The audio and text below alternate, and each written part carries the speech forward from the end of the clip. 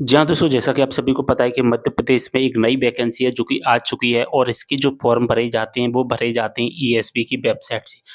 आप सभी को पता होगा मध्य प्रदेश कर्मचारी चयन मंडल की एक वेबसाइट है, इससे भरे जाते हैं और इस वैकेंसी का जो नाम है हिंदी में अगर हम बात करें उसका नाम है समूह 1 उप समूह 3। इंग्लिश में अगर हम कहें ग्रुप 1 सब ग्रुप 3। तो इसकी वैकेंसी स्टार्ट हो चुकी है, फॉर्म भी आ चुके हैं, भरना भी स्टार्ट कर दिए गए हैं 3-4 दिन पहले से। ठीक है। लेकिन यहाँ पर हम बात करेंगे इसका जो फॉर्म होता है वो कैसे भरें। ठीक है। ऑनलाइन फॉर्म भरने के बारे में हम आज के इस वीडियो में पूरी इन्फॉर्मेशन को देखेंगे। कोई भी डाउट हो आप कमेंट करना, मैं आपकी प्रॉब्लम को सॉल्व करने की कोशिश करूंगा। तो दोस्तों यहाँ पर जो फॉर्म भरे जाते हैं वो दो तरह से फॉर्म भरे जाते हैं, दो तरह के स्टूडेंट है जो कि फॉर्म भर सकते हैं। एक तो होते हैं न्यू स्टूडेंट और एक होते हैं ओल्ड स्टूडेंट। तो हम यहाँ पर जो बात करेंगे ओल्ड स्टूडेंट की बात करेंगे। नए स्टूडेंट यानी कि न्यू स्टूडेंट ऐसे कौन से स्टूडेंट होते हैं मैं बताऊं, जिन्होंने अभी तक ईएसपी का कोई भी फॉर्म नहीं भरा है वो नए स्टूडेंट होते हैं जो पहली बार फॉर्म भर रहे हैं। लेकिन जो फॉर्म भर चुके होते हैं ईएसपी की वेबसाइट से पहले फॉर्म भर चुके होते हैं उन्हें हम कहते हैं ओल्ड स्टूडेंट। तो ओल्ड स्टूडेंट के फॉर्म भी अब दोस्तों दो तरह से भरे जाते हैं। जो पुराने छात्र होते हैं उनके भी फॉर्म दो तरह से भरे जाते हैं। ऐसे छात्र जो पहले ईएसपी का कोई भी फॉर्म भर चुके हैं, यानी आपके पास पहले से अगर आईडी पासवर्ड है। ठीक है। पुराने छात्र का क्या मतलब हो गया वो आपको समझ में आ गया। अगर आपने कोई भी फॉर्म 3 महीने के अंदर भरा है तो आपको प्रोफाइल अपडेट करनी पड़ेगी। सॉरी, अपडेट नहीं करनी है, डायरेक्ट आपको फॉर्म भरना है। ठीक है। अगर आपने कोई भी फॉर्म 3 महीने के अंदर भरा है तो अगर आपने 3 महीने के अंदर अगर आपने 3 महीने के अंदर कोई फॉर्म नहीं भरा है तो आपको पहले क्या करना है, अपनी प्रोफाइल है उसको अपडेट करनी पड़ेगी। ठीक है। और प्रोफाइल अपडेट करने के बाद ही आप अपना जो कि फॉर्म है भर पाएंगे। बात समझ में आ गई। ठीक है। हम सबसे पहले बात करेंगे प्रोफाइल अपडेट कैसे करनी है, फिर इसके बाद में हम बात करेंगे कि हमें अपना फॉर्म कैसे भरना है। ठीक है। हम दोनों चीज के बारे में आज के इस वीडियो के माध्यम से डिस्कस करेंगे। तो पहले हम प्रोफाइल अपडेट करना सीखेंगे। ठीक है। हम प्रोफाइल अगर आप पहले प्रोफाइल अपडेट कर चुके हैं तो फिर आप थोड़ा सा वीडियो स्किप कर देना। आप डायरेक्टली यहाँ पर आ सकते हैं डायरेक्ट फॉर्म भरने के बारे में। ठीक है।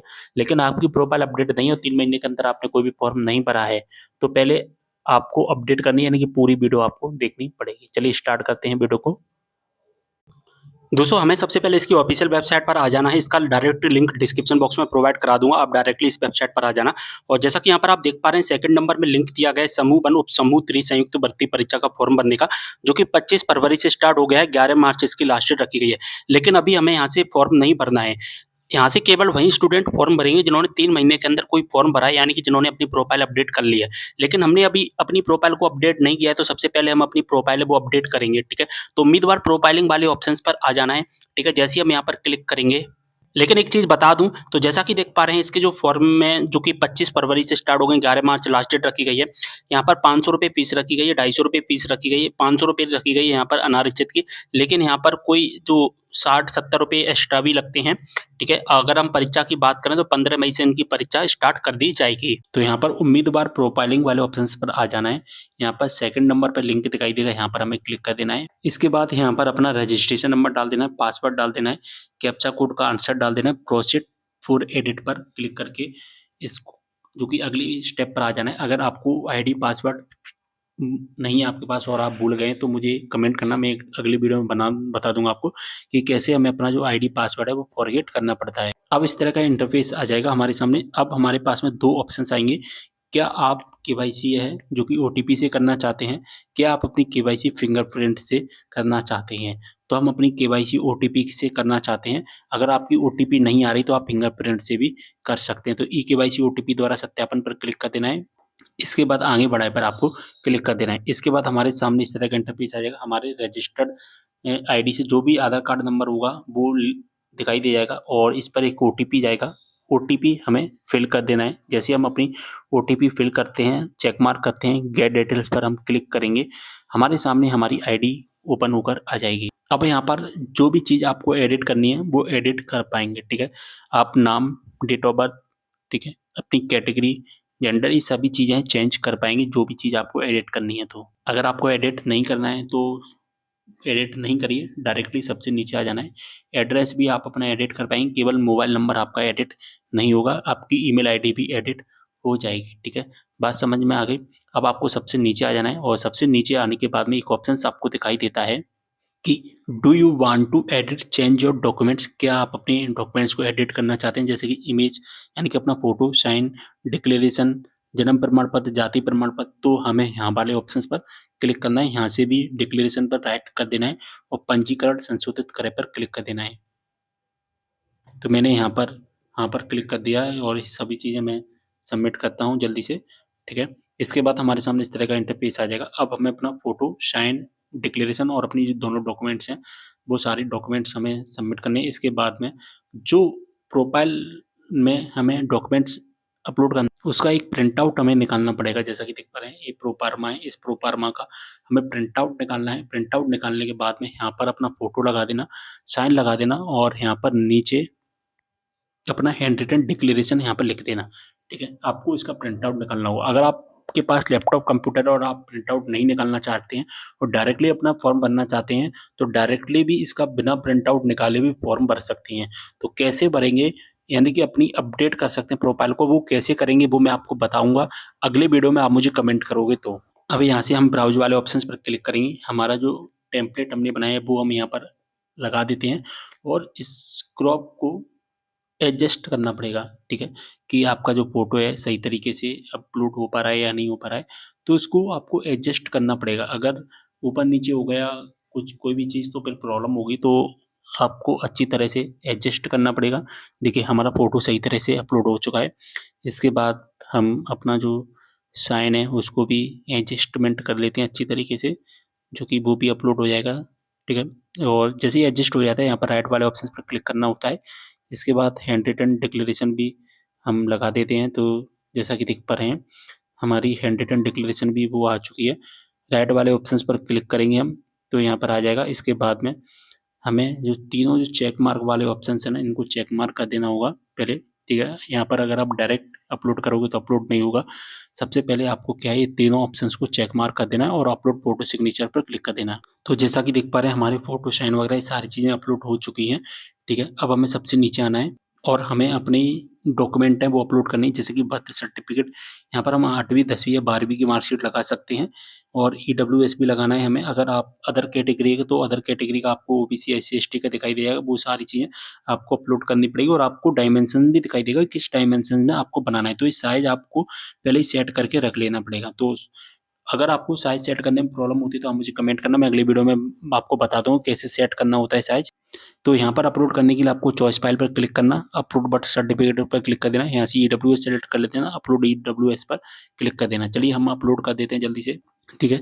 तो जैसा कि देख पा रहे हैं हमारा अपलोड हो चुका है इस तरह से और हमें ईडब्ल्यूएस भी अपलोड कर देना है। चलिए मैं यहाँ पर ईडब्ल्यूएस भी अपलोड कर देते हैं और यहाँ पर आप देख भी सकते हैं कि ये सही तरीके से अपलोड हो गया है या नहीं हुआ है। सबमिट डिटेल्स पर आपको क्लिक कर देना है। जैसे आप सबमिट करोगे तो आपकी जो डिटेल्स है पूरी तरह से सबमिट हो जाएगी। सबमिट होने के बाद में आप इसका एक प्रिंट आउट भी निकाल सकते हैं। अगर आपको प्रिंट आउट नहीं निकालना है तो इसको छोड़ सकते हैं। चलिए अब डायरेक्टली हम फॉर्म भरेंगे अब अपना, ठीक है। यहाँ तक हमारी जो प्रोसेस है अपलोड करने की, सॉरी अपडेट करने की प्रोफाइल को, वो कंप्लीट हो चुकी है। अब दोस्तों हमारी प्रोफाइल अपडेट हो चुकी है। अब हमें अपना फॉर्म भरना है, ठीक है। तो फॉर्म भरने के लिए हमें फिर से इसकी ऑफिशियल वेबसाइट पर आ जाना है। सेकंड नंबर पर लिंक दिखाई देता है, यहाँ पर ग्रीन कलर में एक राइट का निशान दिखाई देगा, इस पर आपको क्लिक कर देना है। जैसे हम इस पर क्लिक करेंगे हमारा जो कि फॉर्म है ओपन होने लगेगा। चलिए स्टार्ट करते हैं। इसके बाद इस तरह का इंटरफेस आ जाता है, यहाँ पर चेक मार्क कर देना है, आगे बढ़ाएं पर आपको क्लिक कर देना है। अब इस तरह का इंटरफेस आ जाएगा, रजिस्ट्रेशन नंबर डाल देना, इसके बाद डेट ऑफ बर्थ डाल देना, कैप्चा कोड का आंसर डाल के सत्यापित करें, आगे बढ़ाएं पर क्लिक कर देना। इस तरह का हमारे सामने इंटरफेस आ जाएगा। यहाँ पर डायरेक्टली सबसे नीचे आ जाना है, कुछ भी नहीं करना है, आगे बढ़ाएं पर आपको क्लिक कर देना है। जैसा कि देख पा रहे हैं आगे बढ़ाए का जो ऑप्शन है यहाँ पर आपको क्लिक कर देना है डायरेक्टली सबसे नीचे आने के बाद में, ठीक है। अब हमारे सामने इस तरह का इंटरफेस आ जाएगा। अब हमें सबसे नीचे आ जाना है और जैसे हम सबसे नीचे आते हैं अब इस तरह का हमारे सामने इंटरफेस आ जाएगा, ठीक है। यहाँ पर हमें कुछ ऑप्शन सिलेक्ट करनी पड़ेंगी, जैसा कि देख पा रहे हैं संपर्क वाले ऑप्शन में हमें क्या सिलेक्ट करना है। हमें भूतपूर्व सैनिक दिखाई देगा, दिव्यांग दिखाई देगा, बिना वर्ग दिखाई देगा, संविदा कर्मी दिखाई देगा। तो आप इसमें से भूतपूर्व सैनिक है या दिव्यांग के अंतर्गत आते हैं या संविदा कर्मी के अंतर्गत आते हैं, इसमें से आपको एक ऑप्शन सिलेक्ट करना होगा, ठीक है। अगर नहीं आते हैं तो फिर आपको क्या करना है, बिना वर्ग यानी कि एक्स पर आपको क्लिक कर देना है, ठीक है। इसके बाद में हमें ये ऑप्शंस हैं जो कि सिलेक्ट करने पड़ेंगे। कौन-कौन से ऑप्शन सिलेक्ट करने पड़ेंगे? जैसे कि देख पा रहे हैं, इनमें से आपको नहीं पर क्लिक कर देना है सभी पर।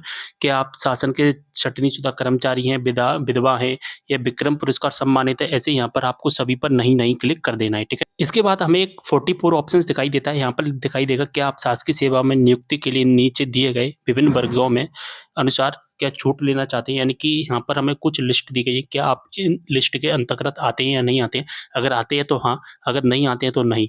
इसका क्या मतलब होगा कि हमें कोई छूट मिल जाएगी, 55 साल तक हमें कुछ बोनस अंक भी मिलेंगे। तो ये पूरी लिस्ट है, इसमें से अगर आप आते हैं तो क्लिक कर लेना है, अन्यथा आपको नहीं पर क्लिक कर देना है। इसके बाद click here to select preference पर आपको क्लिक कर देना है। अब यहाँ पर हमें अपनी प्रेफ़रेंस देनी पड़ेगी, जो भी आप अपनी प्रेफ़रेंस देना चाहते हैं। यहाँ पर आपको बहुत सारे पोस्ट कोड दिखाई देंगे, ठीक है? तो आप जिस पोस्ट कोड को फर्स्ट नंबर पर रखना चाहते हैं, उस पोस्ट कोड को फर्स्ट नंबर पर सेलेक्ट करना। जिसको आप सेकंड नंबर पर रखना चाहते हैं, उसको सेकंड नंबर पर सेलेक्ट करना, ठीक है? अगर मान के चलिए कोई पोस्ट कोड आप ऊपर-नीचे भी करना चाहते हैं, तो आप उसे ऊपर-नीचे भी कर सकते हैं। कैसे करना होगा वो भी मैं आपको बताऊँगा। जैसे कि एक थर्ड नंबर वाला हमारा एक पोस्ट कोड है, इसे मैं सेकंड नंबर पर या मैं इसे फर्स्ट नंबर पर लाना चाहता हूँ, तो इसे मैं कैसे लाऊँगा, इस पर क्लिक करूँगा। यहाँ पर एक ऑप्शंस दिखाई देगा एक एरो का, इनसे आप ऊपर-नीचे कर सकते हैं, ठीक है? ऊपर-नीचे करने के बाद में आप अपना जो है पोस्ट कोड सही जगह पर सिलेक्ट कर पाएँगे और आप जितने पोस्ट कोड सिलेक्ट करना चाहते हैं, उतने पोस्ट कोड सिलेक्ट कर लेना जो आपकी एजुकेशन के अंतर्गत एडजस्ट होते हैं, ठीक है?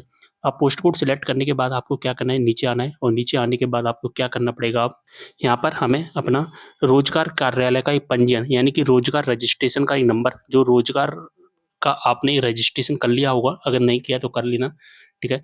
वो आपको रोज़गार रजिस्ट्रेशन नंबर डालना पड़ेगा, पंजीयन नंबर डालना पड़ेगा, किस तारीख को किया है, वो डेट आपको फ़िल करनी पड़ेगी, ठीक है? इसके बाद में यहाँ पर एक चीज़ और सिलेक्ट कर लेना, यहाँ पर आपको हाँ पर सिलेक्ट कर लेना है, ठीक है? तो मैंने यहाँ पर हाँ सेलेक्ट कर लिया और आप जिस जिले के अंतर्गत आते हैं, वो जिला आपको सिलेक्ट करना है यानी कि आपका रोज़गार कार्यालय का जो रजिस्ट्रेशन वो किस जिले के अंतर्गत हुआ है, आप किस जिले के अंतर्गत आते हैं, वो आपको सिलेक्ट करना पड़ेगा। इसके बाद में क्या आपने इस रूल बुक को अच्छी तरह से पढ़ लिया है, तो यहाँ पर आपको हाँ पर क्लिक करना ही पड़ेगा। इसके बाद आपको समग्र आईडी का नंबर दे आपको आपसे पूछेगा समग्र आईडी है या नहीं है। अगर आपकी समग्र आईडी है, जो एमपी के स्टूडेंट हैं तो उनकी तो होगी, तो हाँ सेलेक्ट कर लीजिए। अगर जो एमपी के बाहर के हैं उन्हें नहीं सेलेक्ट करना है और अगर आप समग्र आईडी फिल भी नहीं करोगे, तो आप इसे स्किप भी कर सकते हैं इस ऑप्शंस को, ठीक है? तो जैसा कि देख पा रहे हैं, मैंने इसको सिलेक्ट कर लिया है, ठीक है? और अगर आप स्किप करना चाहते हैं समग्र आईडी को तो स्किप भी कर सकेंगे। इसके बाद में आपको अपना एग्ज़ाम सेंटर कहाँ लेना है, आप 4 एग्ज़ाम सेंटर सिलेक्ट कर सकती हैं। आपको फर्स्ट पे कौन-सा एग्ज़ाम सेंटर लेना है, सेकंड पे कौन-सा लेना है, थर्ड पर कौन-सा लेना है, फोर्थ पे कौन-सा लेना है, वो यहाँ पर सिलेक्ट करना है। इसके बाद में आपको क्या करना पड़ेगा, यहाँ पर चेक मार्क कर देना और आगे बढ़ाए पर क्लिक कर देना होगा, ठीक है? इसके बाद में हमारे सामने इस तरह का इंटरफ़ेस आ जाएगा। यहाँ पर दिखाई देगा भुगतान नहीं है, ठीक है? अब आपको प्रिंट वाले ऑप्शंस पर क्लिक करके इसका प्रिंट आउट निकाल लेना है, ठीक है? प्रिंट आउट अभी नहीं निकालना है, प्रिंट पर आपको क्लिक करना ही पड़ेगा, ठीक है? इसके बाद में आपको क्या करना है, नीचे आना है और प्रोसीड टू पेमेंट वाले ऑप्शंस पर क्लिक करके इसका जो पेमेंट है वो कंप्लीट कर देना होगा। तो उम्मीद कर रहा हूँ सारी इन्फॉर्मेशन समझ में आ गई होगी। इस तरह से आप वो फिल करना होता है, सारी इन्फॉर्मेशन मैंने बता दी है। कोई भी डाउट हो आप मुझे कमेंट करना, ठीक है? मैं आपकी प्रॉब्लम को सॉल्व करने की पूरी कोशिश करूँगा। इंस्टाग्राम पर भी फॉलो कर लेना। इंस्टाग्राम पर आप अपने डाउट है मुझे मैसेज के द्वारा पूछ सकते हैं, लिंक आपको डिस्क्रिप्शन बॉक्स में मिल जाएगा। मिलते हैं अगली वीडियो में एक और जानकारी के साथ, तब तक के लिए